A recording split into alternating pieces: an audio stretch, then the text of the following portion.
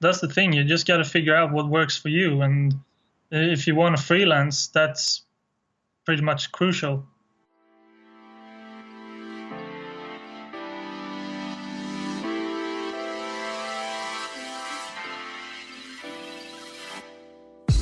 What's going on? You're listening to episode 92 of the Perspective Podcast, and I'm your host, Scotty.D.Russell of Perspective Collective. This show is about carving out time to build something for yourself.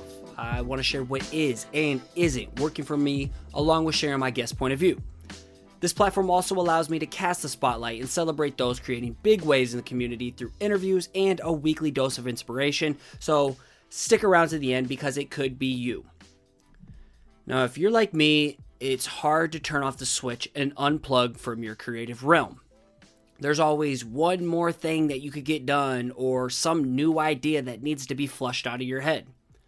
We get so wrapped up in work that we often neglect other important areas of our lives like, our health and well-being. As you know, many creatives are guilty of living a sedentary lifestyle. Busting your ass is great, but if you want a long, successful career and life, taking care of yourself should come first. When you get away from your work and find an active outlet, you never know what new passion you may uncover. Even better, it may start showing itself in your work, causing you to inspire others to focus on their health, and you might even track client-related projects that way. So cue today's guest, Andreas Pedersen, aka Andy Cloned on Instagram. He's a graphical radness creator focused on branding, illustrations, and lettering out of Sweden. He's also an avid runner. Andy and I go back a few years now through Instagram, and it's been awesome watching his style evolve over the years as well as seeing his audience grow. And there's two things that I really admire about his personality and craft. The first is that I strongly vibe to his mission of helping other creatives become more active and share their progress creatively. And the second is that I highly respect his approach to marketing himself and letting the universe know he's for hire. And I think that's what you're really going to sink your teeth into as well. So in this episode, we sprint through topics like don't stop working when the work stops, his Makers Athletic Society campaign, constantly experimenting and evolving your style, creating personal work to attract jobs, and of course, pizza, typefaces, creative outlets, and more. I think he's the perfect fit for our listeners and has a ton of great insight to offer you to help you scale your creative career. You can find the show notes of this episode along with a ton of Andy's rad work over at perspective-collective.com/92. And if you found value in this episode, please consider supporting the show by becoming a pledger at patreon.com/perspectivepodcast. With as little as your weekly cup of coffee, you can help me get this show to more people who need it while helping me continue to improve the quality and bring on more help like Áine, Paige, and more help wherever I find the need for it because there's always something else I need some help with. What also helps the show grow is by sharing the show on social media, subscribing, and leaving a rating and review on Apple Podcasts. In the outro of each episode, I share a review from someone like you to publicly return the love. And again, I would love to see some new reviews in the coming weeks leading up to the 2-year anniversary so I can give you a shout.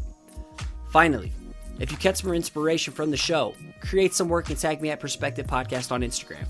I'll give it a share where I post each week's episode artwork and make sure you get some credit. Let's get into the show.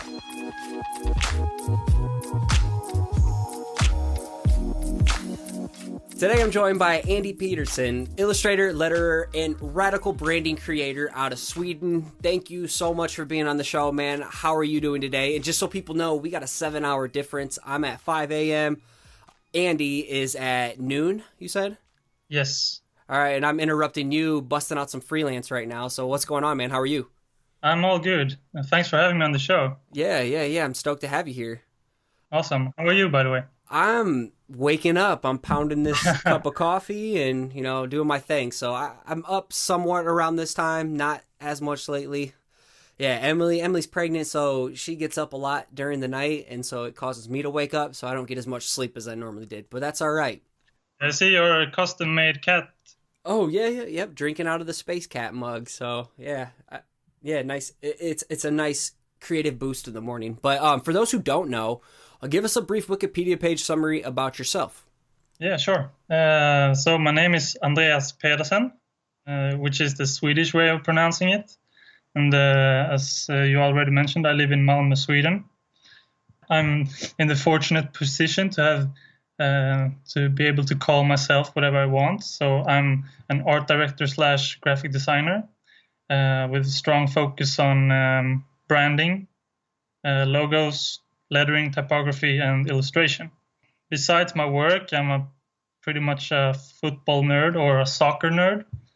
I'm an Arsenal fan, and I pretty much have a huge urge for adventure. So I've started getting into ultra running, climbing, surfing, yeah, all of that good stuff. And as far as school, I started design school in 2012, and I graduated my first school in 2015, and then went another year at Hyper Island in Stockholm. Then I've interned at Snask, a design studio there, and I worked at Happy Socks as a graphic designer, and now I do freelance. So have you always been into design and creating, or like what kind of, I guess, shitty jobs have you had along the way, or were you just always in design right after school? I mean, after high school, I had no idea what I wanted to do. So you weren't like, did you draw growing up? Yeah, I started. Okay. So you've always been some type of creative. Yeah. How did you fall into design in school then? At first, after high school, I started working in a warehouse. Did that for a couple of years to just save up money and go travel with one of my best friends. And then during that trip, we visited some friends that lived in New York who did their internship. And they were both graphic designers. And we were out one night having beers, and we started talking about what we were going to do when we get back home to Sweden. And I just, right there and then, I figured, I think this design shit is what I want to do. Yeah. So when I got home, I started researching what kind of schools I could go to, and just started applying. And I think about a year later, I got into my first design school. Did you have to have a portfolio or anything? Because like I didn't go to a design school. I went to a private school that was focused on liberal arts that had a design program. So you had to just get accepted to the school, and then you took whatever classes you want. So like, did you have to have a portfolio together for a school like this? No, not really, because there was a test. So you had to design a movie poster, a chocolate bar, and what else? A playing card. And then you could also submit like your own personal work if you wanted to like, impress the teachers or whatever more. But you didn't need to have a portfolio for the first school. And then at Hyper Island, there was a bit more of an extensive way of getting in there, because you had to firstly have like an admissions test as well, and then you had an admissions day. So you would go to the school, and you would do a personal task and a group task and an interview, and then after that you could submit your portfolio and whatever. Before I get into this next question, how long have you been doing freelance, and what job did you have before that while you're kind of building this side hustle? I mean, I've been freelancing since... Full-time freelance, I should say. Yeah, full-time. What's it now, a year and a half, I think? Year and a half. Dude, and how old are you? Because you're 28? Okay. And you're 30 or something, right? I'm 30. Okay, when this episode comes out, yes, I am 30 when this episode comes out. Oh, yeah. Holy shit. We're almost the same age. I know, almost the same age. Awesome. Okay, well, this is why I asked, because full-time freelance, I feel like that's got to be a lot more hours on, especially in the beginning as you build your reputation, your clientele, your process, your pricing, building your demand. And I know, and you know, for creatives, especially designers, getting away from the computer and being active is something we seriously neglect. And again, you're big time about adventure, getting outside and running. So in your opinion, how has focusing on your health benefited you and your work? I mean, when I started running, I didn't really feel any benefits. It was just overall pain. Yeah. it sucks in the beginning. Running sucks ass. I hate running. I like weights. After a few weeks, you started to get into the groove, and you're starting to build up your conditioning, and then you just, after a while, when you get into that second breath when you're running, to me it just feels like a meditative state. Okay, so is it true there's a runner's high? Yeah, some call it that. I don't know if call it a runner's trance. To me, it feels like meditation almost, because I'm just solely focused on running, and then after a couple of kilometers, you just start to feel like you're in the zone, like a flow state, kind of. And since my profession is this design creative, so my mind automatically starts to wander towards that. And that's just a space where I feel like I come up with the best ideas and the best solutions. When you're running? Yeah, when I'm running in that, and I feel that I'm in that meditative and meditative state. Yeah, that's dope. So then how did you start? Because I want to get into MAS, Makers Athletic Society, because I'm big on, showing yourself in your work. I think that's good, letting people get to know you. That works for me. I see that principle work for other people I highly respect. And so you started channeling your running and your exercise enthusiasm into your work. Because before, I've been following you for a couple years now, and it's been this black and white, super detailed style and quotes or illustrations, and now you have this new aspect to your game. Where did you feel compelled to start showing this in your work? I just started getting a little bit bored with that black and white style, and that was something. Most of that work was when I was in design school, so that was pretty much just practicing. Pretty much like after design assignments in school was finished, and just sitting there drawing and learning the craft. I gotta ask, I forgot to do this too. What does Andy Clone mean? Your Instagram handle. It's actually from when I used to do beats and some music. So basically, it's the digital clone of myself. So like your counterpart. Yeah. So it's the digital being of Andreas, but online. So when I did beats, it was the musical clone, and now on Instagram, it's the design clone. Yeah, I've always wondered that. Now I get to ask you face to face. All right, so the whole exercising, feeling compelled to show this in your work, and encouraging creatives to, get away from the computer or their sketchbook or whatever, that I want to dive into.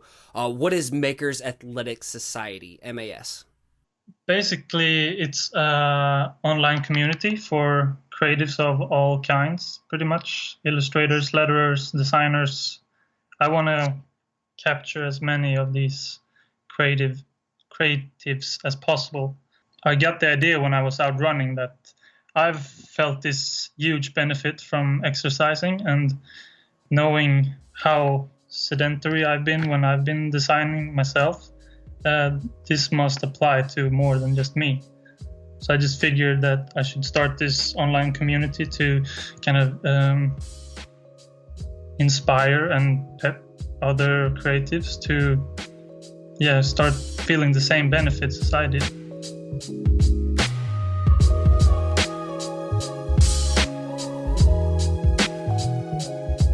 Get off your ass, get away from your computer, and go, focus on your health for a little bit. Because I know for me, like, literally I will get so obsessed and tunnel visioned with, I work my 40-hour day job in a cubicle doing web design, pushing pixels or branding, illustrations. And then I come home and I go right back into my office and working and slaving away of drawing or working on the computer again. And my eyes hurt by the end of the day.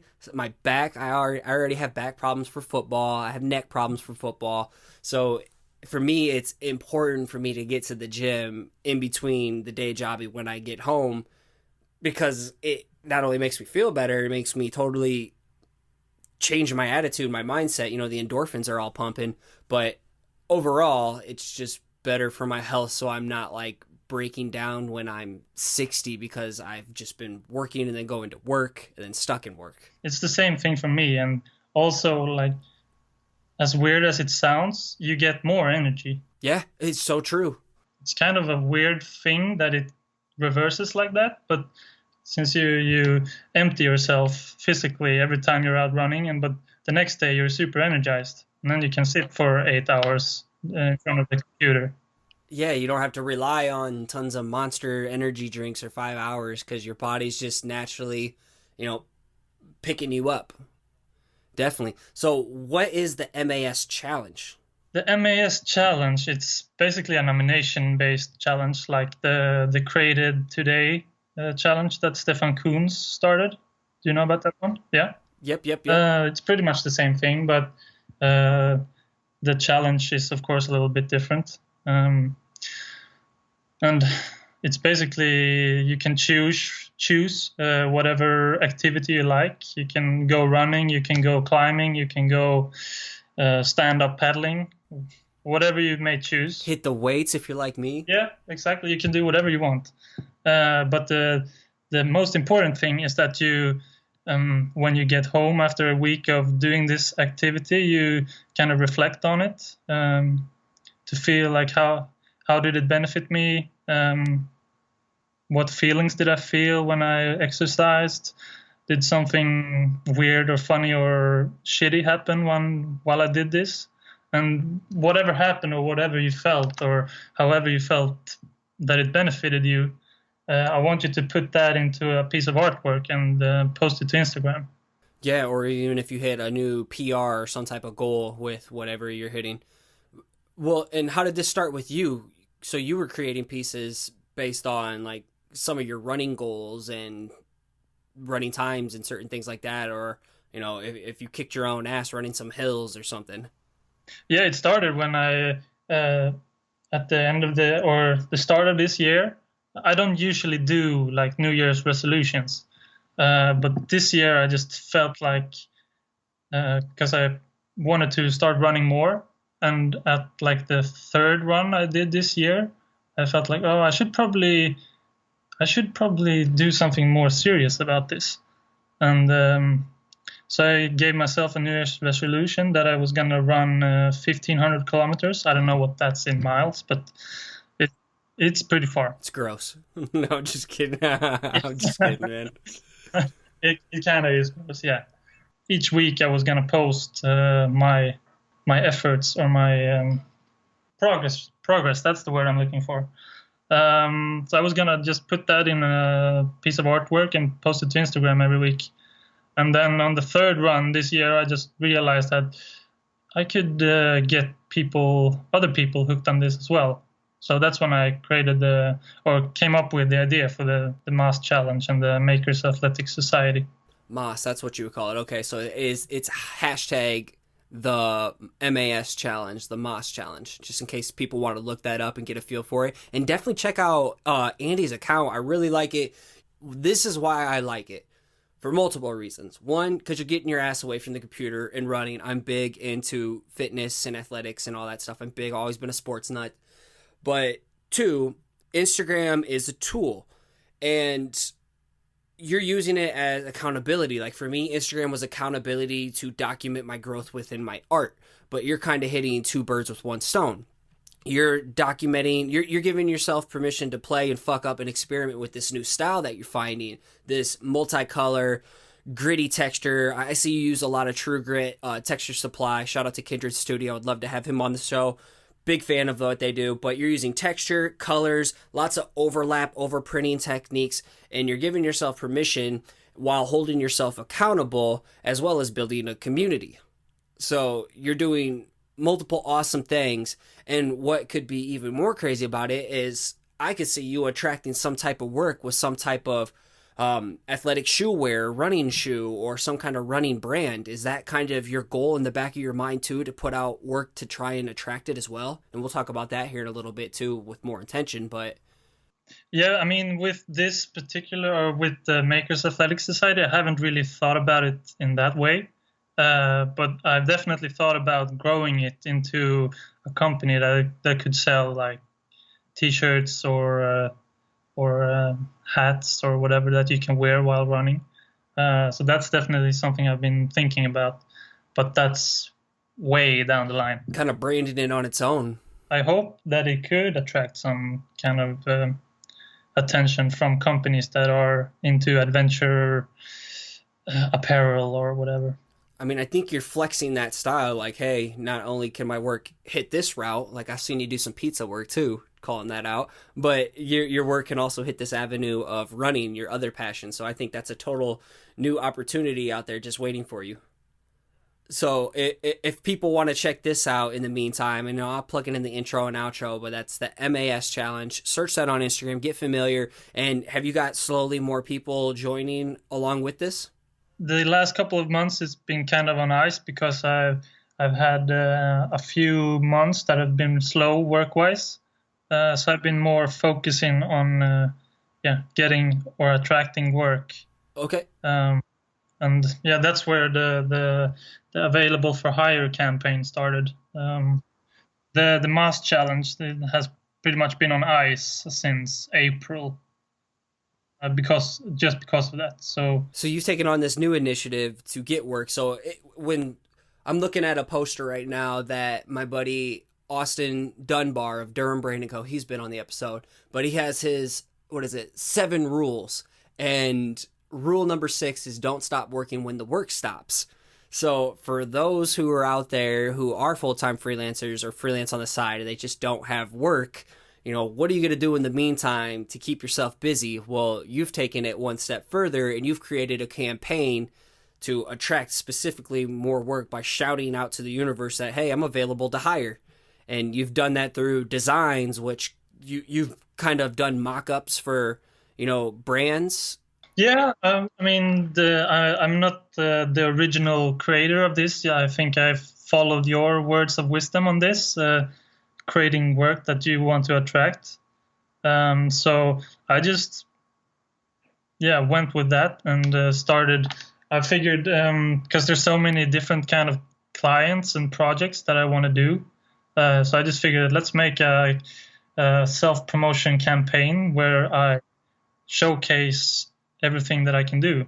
And it's been everything from, or up until this point, it's been everything from whiskey labels to t-shirt designs, and right now or today actually I'm gonna post one about editorial illustration, and so there's tons of more of those posts coming, and I've actually been getting a few inquiries from it, mostly logos and branding, which is what I want to focus on anyways. But to say that seems like your strength, man, especially like your illustrative branding. Like you got such a unique illustrative style too. So it's really cool to see that this stuff is that apple piece that you did, the wood apple. Was that an actual client project or was that a personal? No, that was for a pitch on 99designs.com, I think it is. Yeah. I know about that. I don't participate in it, but did you win? No, unfortunately I didn't. Oh, man, but still, that's a portfolio piece for sure. That thing was a heater. Thank you, man. I'm really, really happy with it as well. I think that's one of my, or in my own personal opinion, I think that's one of my best branding pieces. I would agree. It sticks out to me. But little projects like that, too. So even going and participating in sites like that, like I get it sucks doing work that you want to track, but at the same time, the work doesn't stop. So that's no, definitely not. And when I start to attract clients this way with this campaign, and when I get produced projects, those will get into the campaign as well to kind of show that my work works commercially as well. So it won't only be like my personal style in branding or illustration, or because I'm gonna put those real client projects in the campaign as well. Yeah, I like how you think the next step too. It's not just I'm just gonna show a work in progress of the logo.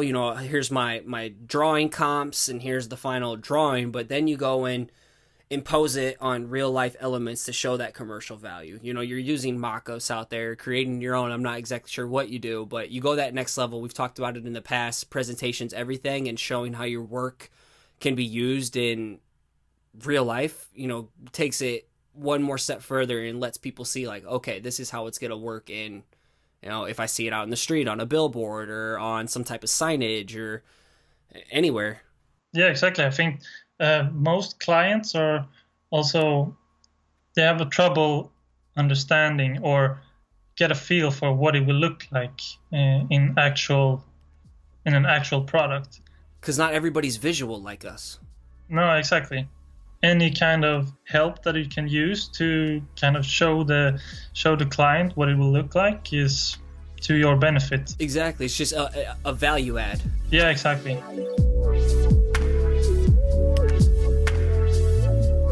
How do you make time in your day for this? Like, what's kind of your routine? Do you first off, do you run and exercise in the morning, and then when do you focus on client work, and then when do you have time for personal projects? Mostly I run in the evenings. Like I usually have my working day, whether if I have projects with clients or not. I always try to work between 8 and 5. And after 5 or maybe 6, I go out running and then chill for the night. But sometimes when I have projects with clients, I have to squeeze in my own personal projects in the evenings. So, I mean, it's probably pretty much the same as your schedule. At least on weekdays, I prefer to work out in the evenings. Perfect. Yeah, I was kind of wondering. So, like, I always am wondering how someone's schedule works that does do freelance full time, because I treat like Perspective Collective like it is full time. Treat it so that day when it is, I kind of already know how to build a schedule around it and be intentional with these pockets of time in a day. So yeah, I'm always curious, like, how does full-time freelancers have time for themselves as well as make sure you have time for your health? So I mean, I don't really use a scheduling program or write lists or anything. I just kind of the night before, I just figure out in my head what I need to do the next day, and I just go do it. Oh man, see, I would not be committed just that way. I'm not so structured in that way. I just do it organically, pretty much. But sometimes I would forget something, but eventually I will come or think of it, and then I'll do it then. But yeah, these last couple of months, I haven't had that much or that many client projects, so I've had a lot of time to develop these campaigns, and I think hopefully now down the road or the end of this year, it's going to benefit me. I have no doubt it will, man. You got to grind for it, and I really like how your website's laid out too. So making mine feel stale. Nah, come on, man. Like old bread, man. I can't even stand looking at my website, but I can only attract like maybe one project per month, and it's got to be like a hell yes at the moment. Speaking of pushing your limits, again, like I said, I found you when you were just pushing this black and white detail style. And it's funny because mine was really similar at the time. I was just doing microns and black and white with pencil shading or something like that, and then I discovered the digital world maybe around the same time you do. Do you use a Cintiq? Yep. A Wacom tablet? You use a Cintiq. Okay, yeah, see, I like that. That would probably be, if I didn't have the iPad and Procreate, I'd probably do the Cintiq, just because you get to function in those programs that you'll be in the whole time. But what made you shift and get out of your comfort zone? Because I think you were pushing this new style before you got into, showing your exercise within your art. Yeah, I actually got the Cintiq around the same time I started the running challenge that I did. Yeah, I got it in the beginning of this year, but I started to experiment with colors and stuff before. Because like my black and white micron drawings, I would scan them in and just add color in Photoshop, because I just got bored with just doing the same thing. And since it was like a school thing, teaching myself the craft, it didn't really attract any work. Or it probably throws your audience off at first, because I know when I started experimenting, people weren't really feeling it, and there's oftentimes people still don't feel it because it's different from what I normally do. And I think that's a good thing. Instead of just having your whole feed curated to just one style, like, I think that's easy to get bored with, and it's a good thing. Curation is good because people know what to expect and they like it, but at the same time, like, you pigeonhole yourself to where you constrain yourself to try new things, stay curious, and experiment. Exactly. I mean, in your audience, you're probably gonna have like potential clients, and if they only see one thing, they don't know what you can do for them. So that's one of the things that made me move over to the Cintiq and start doing more digital stuff with color. And the other one was that I just got bored with just the black and white stuff.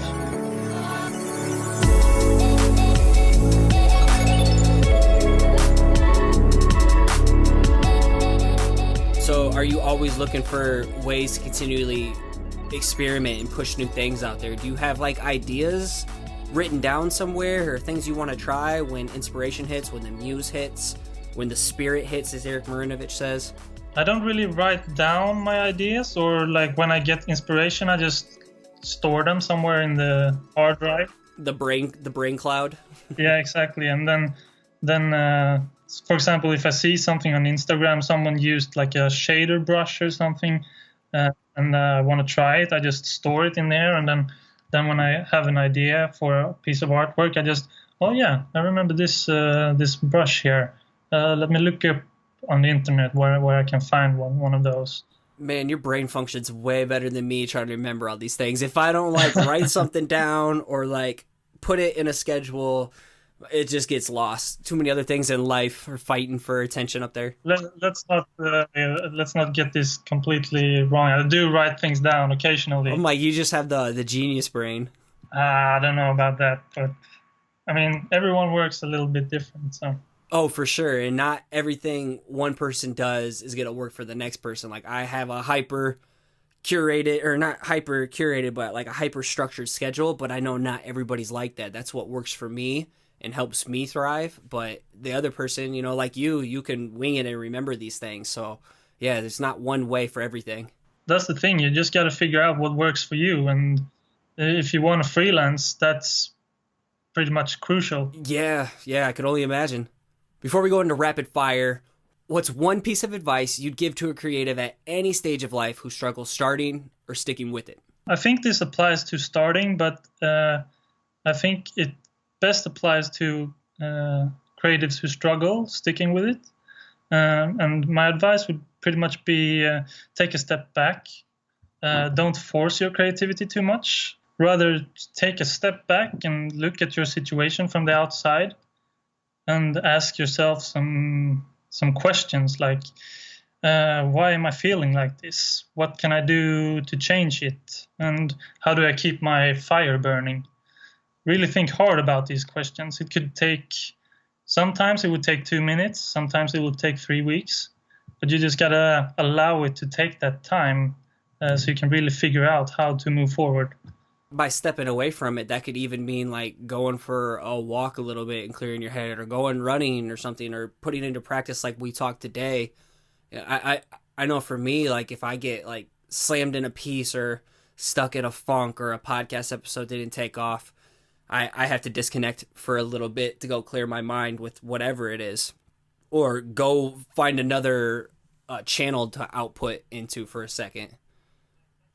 Yeah, exactly. It ties back to my running, and this is pretty much how I got this insight that every time I go running, I come up with a solution. So yeah, take a step back, do something else. Have a secondary outlet, I feel like. Yeah, exactly. Just do something else, and the answers will come to you, and eventually your creativity will come back, or that idea will pop into your head, or you'll be curious to try something new and allow yourself to. Exactly. Perfect. Yeah. Because if you get stuck in design too much or illustration too much, eventually you're going to get stuck. So you need some way to break loose. Cool. Rapid fire. If you were on death row, what would your last slice of pizza be? I would go for a Napolitan style pizza. And they have this, they have a soft and spicy, like spreadable salami called Nduja. It's the bomb.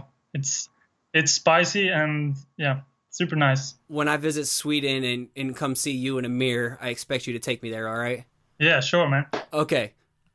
I mean, we kind of answered this one, but also I'd like to know the other part of it. But where do you seek your inspiration online and offline? I mean, inspiration is everywhere pretty much, but you just got to be conscious enough to see it. And as we briefly talked about, and not everyone works the same or see things the same way. But for me, I mean, offline, everything from running to skateboarding to climbing works. But online, it's everywhere there as well. Like, See, like my go-tos or something like maybe like Good Type or abduzito.com or my good or my go-to for design would probably be Pinterest.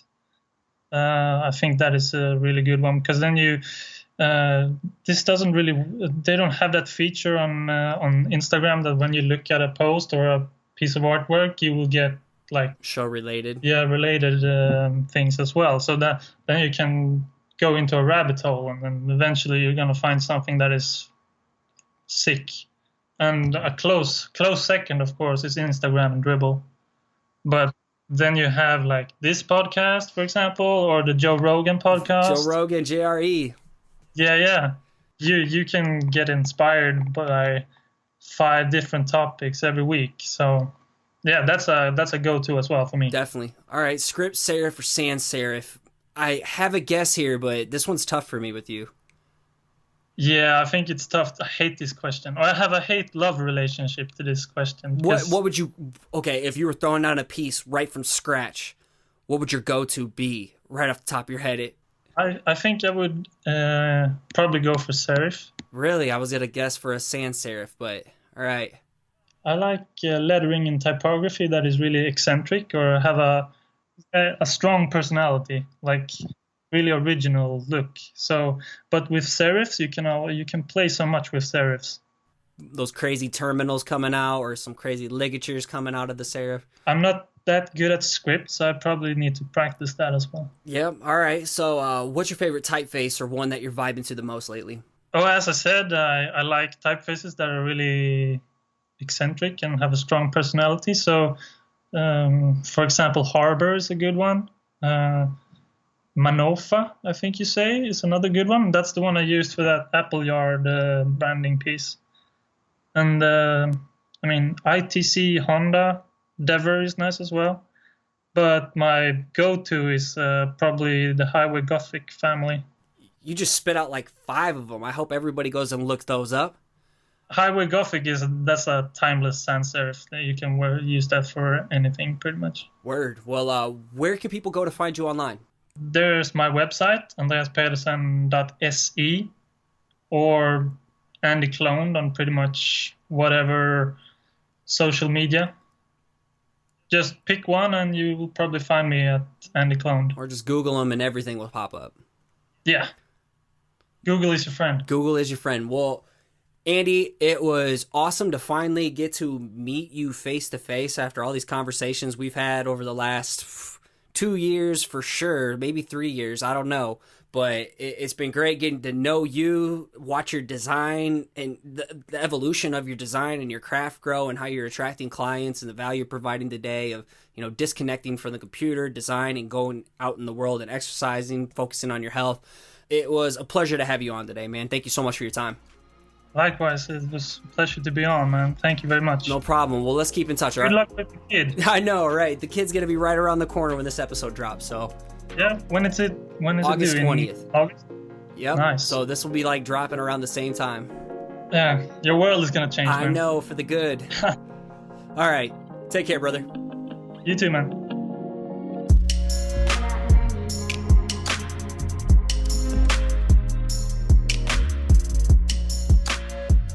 Andreas Pedersen, everyone, aka Andy Clone. That's just way easier for me to say. And I feel Andy was the perfect guest to show you the effort and grind that goes into building a full-time freelance career while still putting focus on making sure he's physically fit for the long-term game. If you find yourself sitting at your desk and staring at a screen too long, him and I both encourage you to find some type of active outlet, whether it be running, hiking, walking, basketball, swimming, whatever it is. Give yourself a chance to unplug and source some inspiration from around you. It doesn't always have to be just online. And if you found value in Andy's episode, make sure to hit him up and show him some love. Thanks so much, Andy. Moving on to this week's Dose of Inspiration, and this one goes out to Dylan McSwain. And you can find him as This Is McSwain on Instagram. And McSwain is McSwane. And I've steadily become a bigger fan of photo manipulation over the last few years. And Dylan's been doing this 100-day challenge where he's coming up with some wild, fresh, and funky concepts that make you do a double take.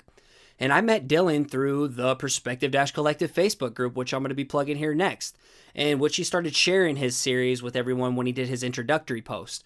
And I think you'll look forward to them just as much as I do. So again, check him out at This Is McSwain on Instagram.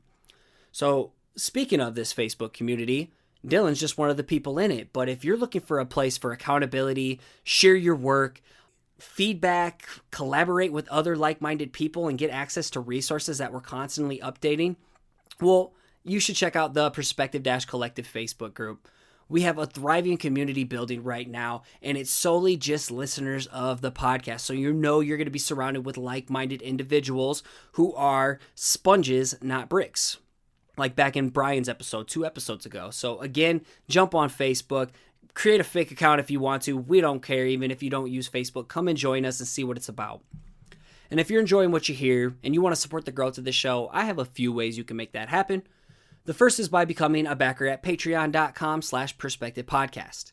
Your pledge not only helps support the growth of this show, but I do my best to hook you up with some rewards, so it's a win-win. The second way to support the show is for you crypto heads out there. In the show notes for each episode, I'll have addies for Bitcoin, Ether, or Litecoin donations. If you prefer to go that route, that would be rad. And finally, you can subscribe and leave a ratings and review over on Apple Podcast. It not only helps the show get discovered, but it gives me an opportunity to give you, the listener, a nice little thank you plug, like this week's rating and review. And this one is titled Step Up to the Plate by JRRBRR Gerber. Scotty's story and perspective is exactly what every creative person needs to hear. Great stuff in here, short, sweet, to the point, and most of all, punchy. Thank you so much for taking the time to do that. And please, it doesn't take long to leave a rating review, especially if you're in the United States. Please do this so I can give you some public love in return. And as I wrap things up, I want to give a huge thank you to Áine Brennan for making this episode sound so good. Also, a big thanks to Paige Garland for taking over the show notes and the newsletter for me. You rock, Paige. And a huge thanks to Nick Jenkins of Blookah for all the dope theme music you hear on the show. Check him out over at SoundCloud or on Instagram at Blookah. That's BLOOKAH. And as you finish off your week strong, I want to continue to encourage you to keep showing up, keep putting in the work, and keep creating. You got this.